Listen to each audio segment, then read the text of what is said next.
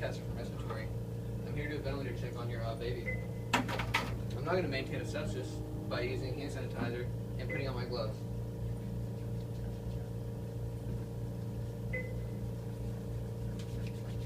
So you're the ones that check the ventilator?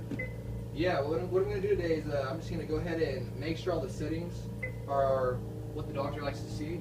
I'm going to make sure all the alarms are working properly and kind of just take a look on how your baby's ventilating right now. Okay. Alright?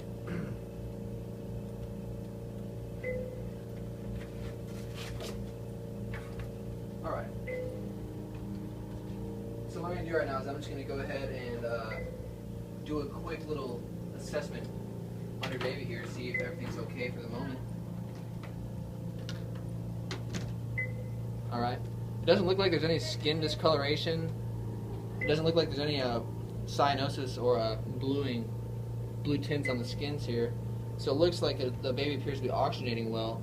And it does look like he is triggering these breaths. So the baby looks good. Now let's go ahead and see how the ventilator's doing.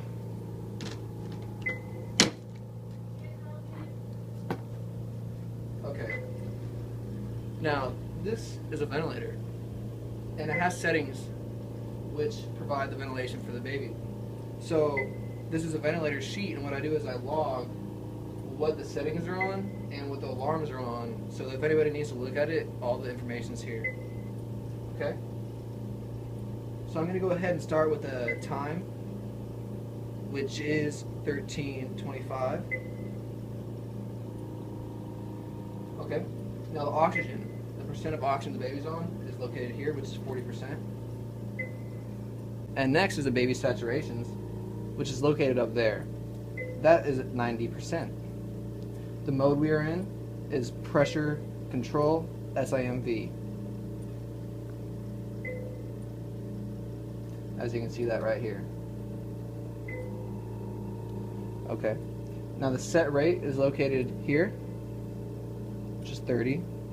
The total rate is located up here, which is 30. Next is the observed tidal volume, which is 12. Alright, next we have pressure support, which is located here, and the value for that is 5. Observed minute ventilation is here, which is 0.37, and that's a combination between respiratory rate and tidal volume. Inspiratory pressure set is here, 15. The peak inspiratory pressure observed is right up here, 19. The PEEP set is here, which is 3. The PEEP observed is located right up here, which is 3.6. Mean airway pressure here, 5.4. The inspiratory time is 0.35 seconds, which in neonates we usually go off the inspiratory time rather than the IE ratio. Now we're going to get down here to the alarms. Okay. The peak inspiratory pressure limit is 23. We don't want to set that too high to let us know, so we're going to only set it about 5 above the pressure that we're at now, so that if we know any pressures are increasing, they can alert us quicker. So I'm going to go ahead and set that at 23. The low minute volume is here, and that's 0.25. That lets us know if either they're not breathing enough or they're not bringing in enough volume. High respiratory rate here, which is 80, because neonates usually have a respiratory rate between 40 to 60. 80 is a reasonable area to let you know that something's really wrong here. Heart rate up there on the monitor says 160, which is normal for a baby. Anything between 120 and 200 is okay for a neonate. I'm going to go ahead and initial here. So after we're done, we have the whole vent check here with all the set parameters, all the observed parameters, and all the alarms that have been set.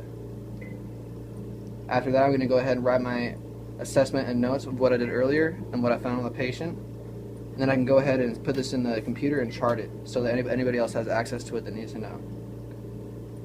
And last of all, it's a very important thing to make sure that you also document the tube size and tube placement. So it looks here like this baby has a 3 centimeter tube, enter diameter, and is located at the right of the lip, taped at 6 centimeters. So I'll go ahead and document that now here.